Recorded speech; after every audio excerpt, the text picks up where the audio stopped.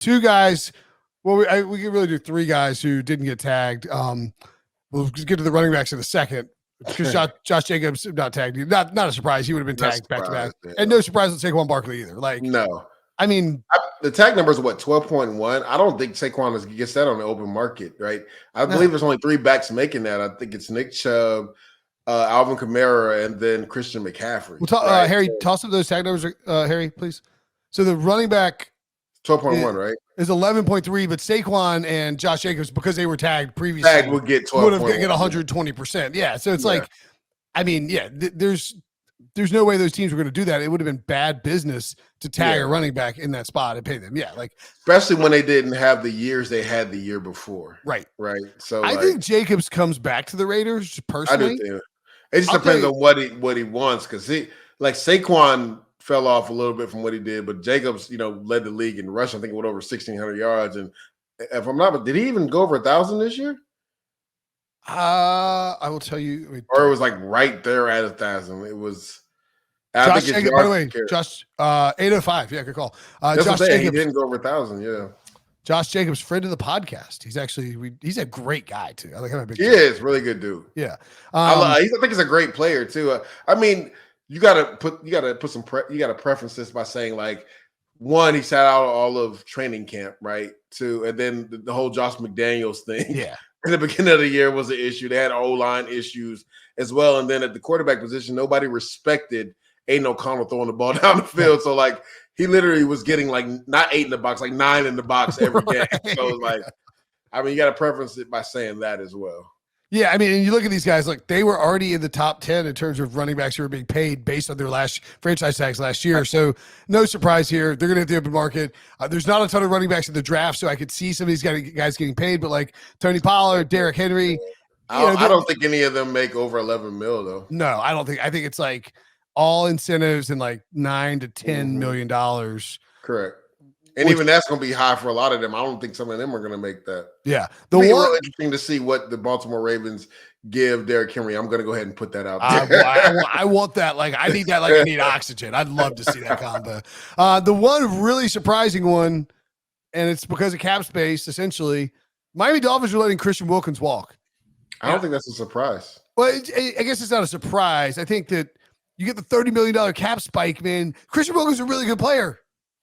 But so, like, me and Pete were having this argument on TV today, and if you look at what they did, they paid Zach Steeler, right? Yeah. Now, if you like people that don't know Zach Steeler's game, they might look at me funny, but go turn on the film.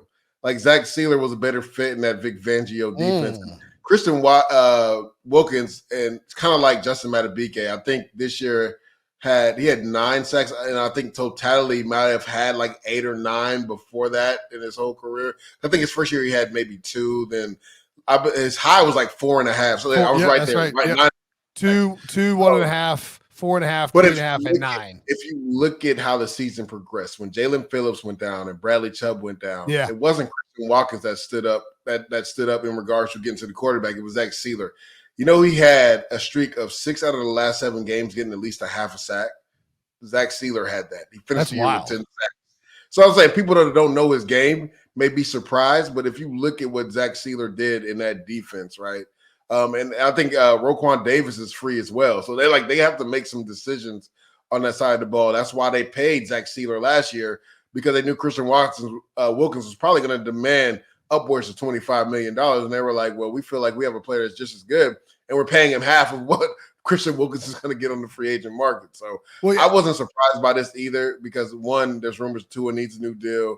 And then Jalen Phillips and also Jalen Waddle could potentially get new deals soon. The Dolphins are just in a bad salary cap spot. Harry and I were talking before the show, and just, Harry had a point where it's like, if he you're the exact same argument you're making right now, which is, if he wants $25 million a year, like if he wants to beat Quinnen Williams' number, Jeffrey Simmons' number, Deron Payne, 22 and a half, Dexter Lawrence, 22 and a half.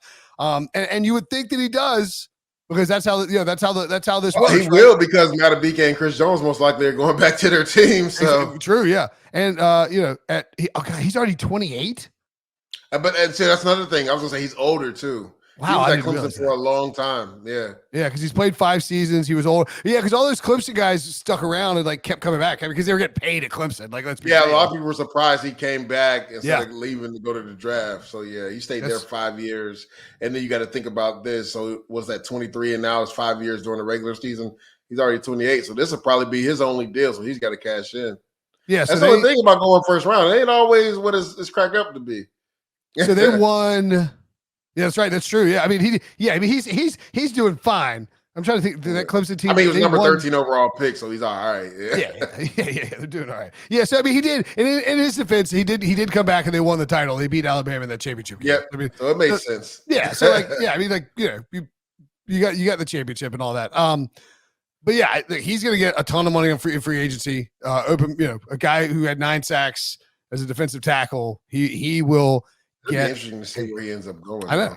Very interesting. He can also catch touchdowns. He can also run the ball too.